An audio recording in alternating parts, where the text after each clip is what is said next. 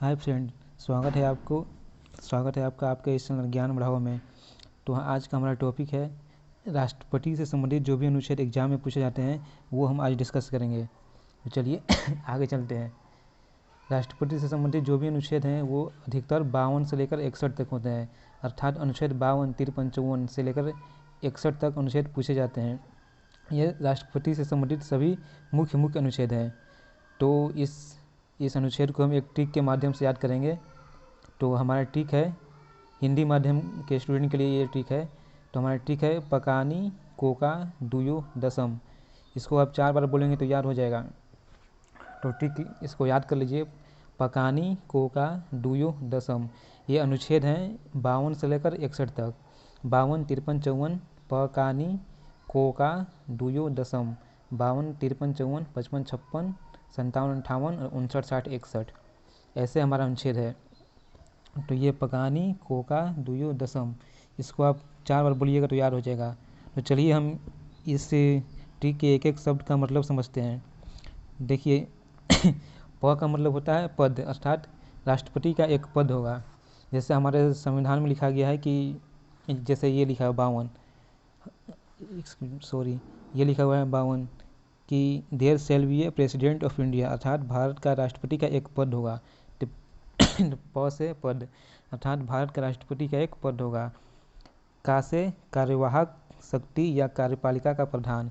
दोनों बात देखी है, जैसे कि राष्ट्रपति के सहमति से ही कोई भी नियम अधिनियम, कोई भी कानून जो अधिनियम बनता है, कोई भी बिल पास होता है तो वो राष्ट्रपति के सहमति से ही बनता है।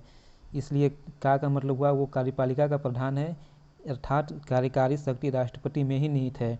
The executive power of the president. का मीन्स कार्यपालिका का प्रधान होता है, या फिर कार्यकारी शक्ति राष्ट्रपति में ही निहित होती है। दोनों का मतलब एक ही है।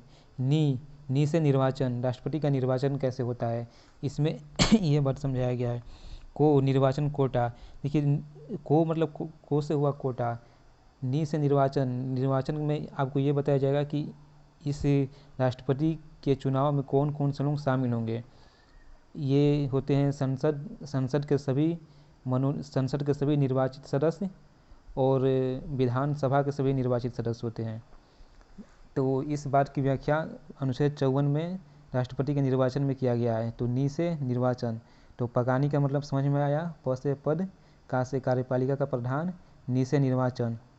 को का है ना, को, तो उसमें को का मतलब है कोटा, अर्थात चुनाव का तरीका। कोटा मतलब हुआ चुनाव का तरीका, कि manner of election of the president, किस तरीके से होगा।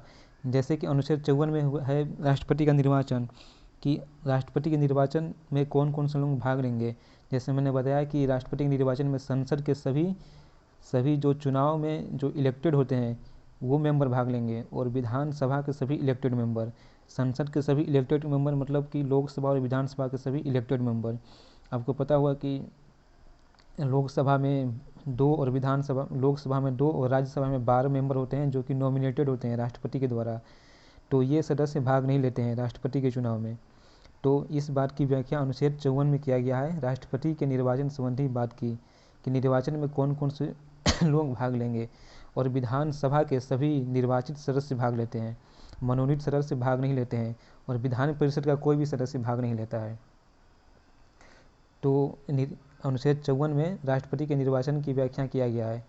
अनुच्छेद 55 में निर्वाचन कोटा, इसको कोटा बोलते हैं, अर्थात मैनर ऑफ इलेक्शन, मतलब किस तरीके से राष्ट्रपति का इलेक्शन होगा। तो राष्ट्रपति को इलेक्ट करने के तरीके का बोला जाता है एकल संक्रमणीय मत प्रणाली के आधार पर होता है।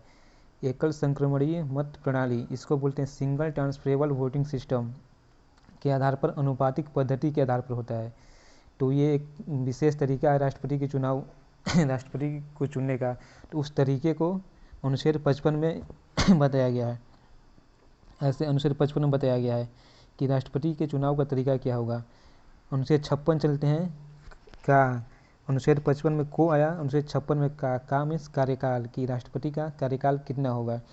तो अनुच्छेद 56 में ये बताया गया है कि राष्ट्रपति का कार्यकाल 5 वर्ष का होता है, अर्थात एक राष्ट्रपति 5 वर्ष तक अपने पद पर रह सकता है, और उसको टर्मिनेट करने का भी कुछ व्याख्या किया गया है। जैसे कि वो अपना त्यागपत्र उपराष्ट्रपति को भी दे सकता है, और अनुच्छेद 61 के तहत उसे हटाया भी जा सकता है, तो उसकी चर्चा हम अनुच्छेद 61 में करेंगे। लेकिन जनरली राष्ट्रपति का कार्यकाल 5 वर्ष का होता है, जिसकी चर्चा अनुच्छेद 56 में किया गया है। डू पर चलते हैं। अनुच्छेद 57 में है क्या, डू, पकानी कोका हो गया, पकानी हुआ, कोका हुआ, डूयो दसम में डू पर चलते हैं। डू से हुआ दोबारा निर्वाचन, अर्थात राष्ट्रपति का पुनः निर्वाचन होने की योग्यता। होता क्या है कि हमारे देश में अगर एक बार राष्ट्रपति बना तो अगली बार राष्ट्रपति के चुनाव में वह फिर से इलेक्ट हो सकता है, वह एक कैंडिडेट बन सकता है राष्ट्रपति के लिए। तो ऐसा वह कई बार कर सकता है, मतलब कि उस राष्ट्रपति का दोबारा निर्वाचन हो सकता है। तो इसकी चर्चा अनुच्छेद 57 में किया गया है। जैसे कि आपको पता होगा अमेरिका में क्या होता है, अमेरिका में एक राष्ट्रपति मैक्सिमम लगातार 2 बार बन सकता है। अर्थात आपने देखा होगा बराक ओबामा को, वो लगातार 2 बार बने और तीसरे बार वो इलेक्शन में ही नहीं लड़े।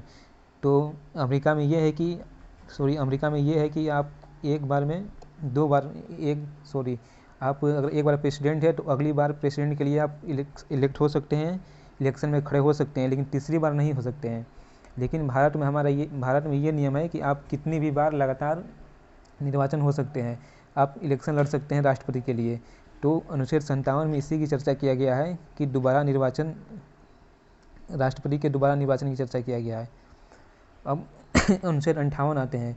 पकानी कोका डूयो, हमारा ट्रिक क्या था, पकानी कोका डूयो, डूयो का डू हो गया दोबारा निर्वाचन, यो से योग्यता।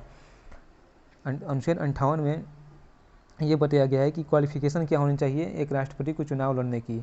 तो जनरली इसमें क्वालिफिकेशन में ये बताया गया है कि जैसे वो 35 वर्ष का हो, उसकी आयु 35 वर्ष या इससे अधिक होनी चाहिए, वो भारत का नागरिक होना चाहिए और उसे लोकसभा का सदस्य बनने की योग्यता भी होनी चाहिए। ऐसी कुछ बातें लिखी हुई हैं जो कि फुलफिल करने पर ही राष्ट्रपति चुनाव लड़ सकता है कोई भी राष्ट्रपति के लिए चुनाव लड़ सकता है। तो जनरली अनुच्छेद 58 में योग्यता की चर्चा किया गया है। अनुच्छेद 59 में दशाएं, जैसे हमारा टिक क्या था, पकानी कोका डूयो दसम, हमारा टिक था पकानी कोका डूयो दसम। तो डूयो दसम में द, अनुच्छेद 59 में द से दशाएं या शर्तें, सेवा शर्तें या दशाएं, दोनों बात एक ही होता है, दशाएं या सेवा शर्तें।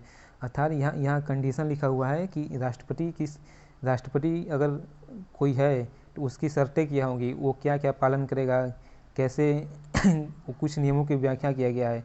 जैसे कि कुछ नियम है कि उसके वेतन में कटौती नहीं किया जा सकता है, एक बार कोई राष्ट्रपति बना है तो उसके वेतन में कटौती नहीं कर सकते हैं, भले ही उसका वेतन बढ़ा सकते हैं। तो इसकी चर्चा सेवा शर्तें या दशाएं में किया हुआ है।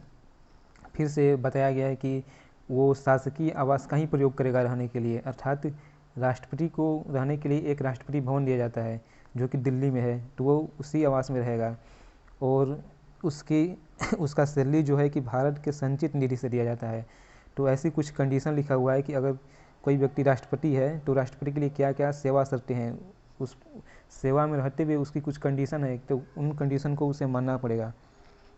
दशाई के बाद हम आते हैं स से शपथ, हमारा टिक था पकानी कोका डूयो दसम में द से दशाई हुआ, स से शपथ, अर्थात राष्ट्रपति की शपथ की चर्चा किया गया है। जनरली राष्ट्रपति को शपथ दिलाता है भारत का उच्च न्यायालय का मुख्य न्यायाधीश भारत के सर्वोच्च न्यायालय का मुख्य न्यायाधीश।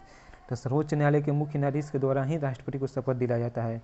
लेकिन अगर किसी कंडीशन में सर्वोच्च न्यायालय के मुख्य न्यायाधीश अगर उपस्थित नहीं है तो उस स्थिति में सर्वोच्च न्यायालय के जो वरिष्ठतम न्यायाधीश होते हैं उनके द्वारा राष्ट्रपति को शपथ दिलाया जाता है। तो इसकी चर्चा अनुच्छेद 60 में किया गया है, अर्थात अनुच्छेद 60 में राष्ट्रपति के शपथ की चर्चा किया गया है। फिर हम अगले आर्टिकल पर आते हैं, अनुच्छेद 61, हमारा ट्रिक क्या था, पकानी कोका डूयो दसम, पकानी कोका डूयो दसम। तो हमारा अगला ट्रिक है म, दसम में का द हो गया दशाएं, स हो गया शपथ, म से महाअभियोग, अर्थात राष्ट्रपति को हटाने के संबंधी कुछ नियम प्रक्रिया का उल्लेख किया गया है कि राष्ट्रपति को हटाने के लिए हम राष्ट्रपति पर इम्पीचमेंट संसद में ला सकते हैं। अगर राष्ट्रपति कोई गलत कार्य करता है या असंवैधानिक कार्य करता है तो उसके खिलाफ संसद में एक महाअभियोग प्रक्रिया लाया जाता है। लेकिन महाअभियोग प्रक्रिया लाने से पहले राष्ट्रपति को 14 दिन पहले बताया जाता है कि आपके खिलाफ महाअभियोग प्रक्रिया आएगी, आप इस पर अपनी टिप्पणी दे सकते हैं या आप संसद में अपनी बात रख सकते हैं। ऐसे कुछ रूल्स होते हैं। तो म से महाअभियोग की प्रक्रिया, तो जनरली इतने आर्टिकल पूछे जाते हैं हमारे एग्जाम में जो कि राष्ट्रपति से संबंधित होते हैं। फिर से देखते हैं आपको फिर से देखते हैं, जैसे कि पकानी, प से पद, का से कार्यपालिका का प्रधान, नी से निर्वाचन, को से कोटा, का से कार्यकाल, दू से दोबारा निर्वाचन, यो से योग्यता, द से दशाएं, स से शर्तें, सेवा शर्तें, कंडीशन, म से महाअभियोग। कुछ में आपको कन्फ्यूजन होगा, जैसे प से पद, प से पद ये सिंपल है कि राष्ट्रपति का एक पद होगा, there shall be a president of India, बस इसमें इतना ही बात लिखा गया है। और का से कार्यपालिका का प्रधान होगा, अर्थात कोई भी बिल है जो अधिनियम तभी बनेगा जब से राष्ट्रपति का साइन होगा तब बनेगा, अर्थात राष्ट्रपति ही सर्वे सर्वा है, लेकिन वो बस नाम का है, क्योंकि प्रधानमंत्री के सलाह पर ही, प्रधानमंत्री और मंत्रिपरिषद के सलाह पर ही राष्ट्रपति को काम करना पड़ता है। तो संसद ने तो इसे कार्यपालिका का प्रधान बताया है, लेकिन वास्तव में कार्यपालिका का प्रधान जो है प्रधानमंत्री होता है। प्रधानमंत्री के कहने पर ही राष्ट्रपति वो काम करता है, वो साइन करता है। अतः बस एक नाम का होता है, नॉमिनल प्रधान होता है ये राष्ट्रपति। तो कार्यपालिका का प्रधान है राष्ट्रपति, या कार्यकारी शक्ति राष्ट्रपति में ही निहित है। इसकी चर्चा अनुच्छेद 53 में किया गया है।